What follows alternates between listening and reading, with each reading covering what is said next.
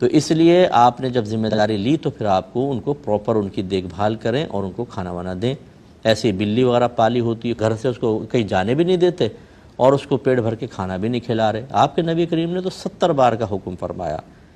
اسی طریقے سے جب آپ گھر میں جانور پالتے ہیں تو چھوٹے بچوں کی اس طرح کی رسائی ان تک نہیں ہونی چاہیے کہ ان کو اذیت پہنچے۔ بعض اوقات پنجرے میں پرندہ ہے، بچہ ڈنڈی مار رہا ہے، اس کو یہاں سے اڑا رہا ہے، وہاں تنگ کر کے رکھا ہوا ہے، اور یہ مائیں جو ہیں بیچاری بالکل پلٹ، پپو نہیں کرو، پپو نہیں کرو، ہرٹ ہو رہا ہے وہ، اور نکل لی وہاں پر، وہ پپو نے اس کا بیڑا غرق کر رکھا ہے۔ تو پپو تو گناہ گار نہیں ہوگا کہ وہ پپو ہے، پپو کی اماں پھنسیں گی میدان محشر میں، پپو کے ابا پھنسیں گے، کیونکہ آپ نے اذیت ناک صورتحال رکھی ہوئی ہے۔ جانور پالیں تو اذیت نہیں دے سکتے۔ اس میں میرے وہ کبوتر باز بھائی بھی ذرا توجہ فرمائیں، یہ تھوڑا سا ناگوار شاید بعضوں کو بات گزرے گی، کیونکہ حق سننے کے لیے، سچ سننے کے لیے ہم تیار نہیں ہیں۔ کبوتروں کو بھوکا پیاسا رکھ کے اونچا اڑایا جاتا ہے، اور جس کا کبوتر سب سے آخر میں اترے بھئی وہ بہت بڑا ماہر آپ کبوتر باز ہیں۔ بھوکا پیاسا آپ نے کبوتر کو اڑایا ہوا ہے، اڑنے پہ مجبور کیا ہوا ہے، پھر وہ ٹکڑے لڑاتے ہیں آپس کے اندر، اس میں بھوکے پیاسے کبوتر اڑ رہے ہیں، سیٹیاں مار رہے ہیں، پردہ ہلا رہے ہیں، اس میں پھر دوسرے کا کبوتر اتار کے پکڑ لینا بڑا قابل فخر ہے، حالانکہ حرام ہے، یہ گناہ کبیرہ ہے۔ یہ لقطہ کا حکم میں ہوتا ہے، لقطے کا مطلب گری پڑی چیز، وہ مسلمان بھائی کی امانت ہے، اس تک پہنچانا واجب، لیکن کبھی شرعی احکام سیکھے تو ہوں۔ تو پھر ان جانوروں کو زیادہ کھلاتے پلاتے اس لیے نہیں ہے کہ ہلکے پھلکے ہوں گے تو تیزی کے ساتھ اڑیں گے، تو ان کو تھوڑا بہت وہ، بلکہ تو پانی ڈالتے ہیں بعض اوقات، تو اس لالچ میں اتر آتے ہیں، تھوڑا بہت دانہ ڈالا، بھوکے پیاسے کبوتر بیچارے۔ تو یہ جو کبوتر باز لوگ ہیں ان کی بھی آخرت بہت شدید خطرے میں ہے۔ یقیناً میں نے جیسے آپ کو عرض کیا کہ جو اس کے شوق میں ہے نا، وہ بیوی کو چھوڑ دیں گے، بچوں کو چھوڑ دیں گے، کبوتر نہیں چھوڑ سکتے، اتنا ان کو شوق ہوتا ہے جو بڑے کبوتر باز ہیں۔ اور جب یہ مریں گے، اللہ آپ کو آپ کی بخشش فرمائے، اللہ تعالیٰ آپ کی مغفرت کرے، آپ ہمارے جو بھی ایسے مسلمان بھائی بہن ہیں وہ مطلب ہمیں اس سے قلبی لحاظ سے کچھ بھی نہیں، ہم تو دعا کر رہے ہیں آپ کے لیے، لیکن مجھے خوف یہ ہے کہ یہ بروز قیامت کبوتروں کے احتساب میں بہت شدید پھنسیں گے، کیونکہ پوری زندگی کا ظلم ہے، پوری زندگی آپ نے دوسروں کے کبوتر اتار کے حرام مطلب یہ کہ معاملہ کیا کہ اس پہ قبضہ کر لیا، حالانکہ آپ کے حق میں شرعاً جائز نہیں تھا۔ اور بعض اوقات یہ ویڈیو بناتے ہیں کبوتروں کے اوپر نا، کسی کی چھت پہ چلے گئے تو جو کبوتر پکڑا ہوتا ہے اس پہ کہتے ہیں جی ماشاءاللہ آپ نے کبوتر پکڑ لیا۔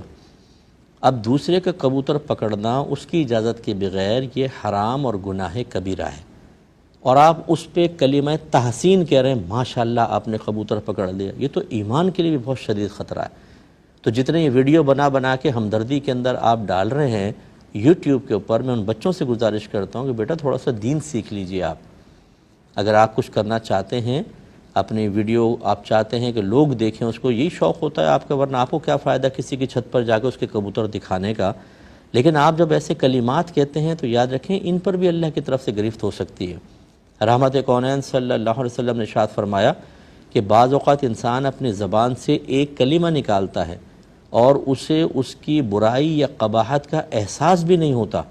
اور وہی کلمہ اسے جہنم میں لے جانے کا سبب بن جاتا ہے۔ اس لیے یہ بڑے خطرات ہیں ہمارے اس میں۔ اسی طریقے سے جو کبوتر بیچ رہے ہوتے ہیں نا، اب ان کی اپنی مجبوریاں ہوتی ہیں، بہرحال اللہ، یعنی کبوتر نہیں کوئی بھی جانور بیچ رہے ہوتے ہیں، اتنے چھوٹے چھوٹے پنجروں کے اندر جانور بھرا پڑا ہے، اور وہ بیچارے نہ ان کو دانہ صحیح دے رہے ہیں، نہ پانی صحیح دے رہے ہیں، روزانہ اٹھا کے اندر، روزانہ اٹھا کے باہر، اور بڑی آزمائش ہے اس کے اندر ان لوگوں کے لیے کہ جو مسلسل ایسے جانوروں کے لیے اذیت اور تکلیف کا سبب بن رہے ہیں۔ بتانا ہمارا کام ہے۔ اب آپ کہیں گے صاحب کہ ہم کام چھوڑ دیں، مطلب میں یہ تو نہیں کہہ رہا ہوں کام چھوڑ دیں، لیکن آپ کو بہرحال ایسا طرز عمل اختیار کرنا ہوگا کہ ان کو مسلسل اذیت اور تکلیف سے بچانا تو آپ کی ذمہ داری ہے۔ اگر آپ کہتے ہیں دکان ہی چھوٹی ہے کیا کریں، تو پھر بس یہ ضرور ہے کہ آپ ایک ذہن میں رکھیں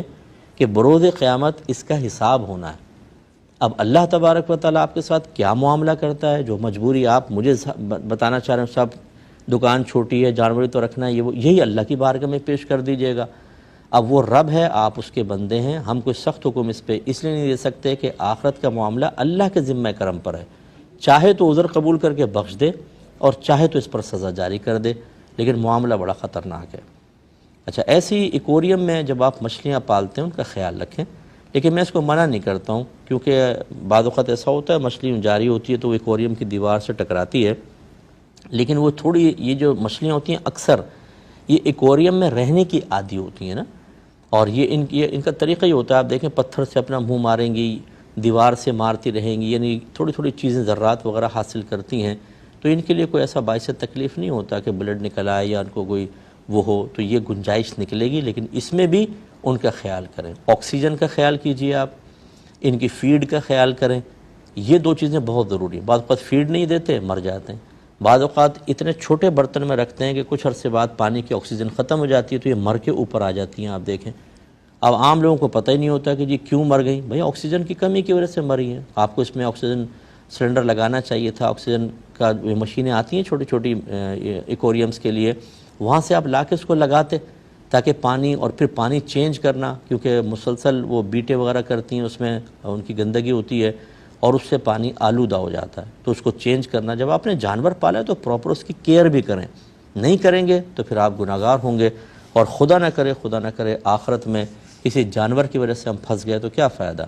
تو جو کچھ ہوا اس پہ اللہ کی بارگاہ میں توبہ کریں اور آئندہ کے لیے ایک اچھا لائحہ عمل تیار کیا جائے۔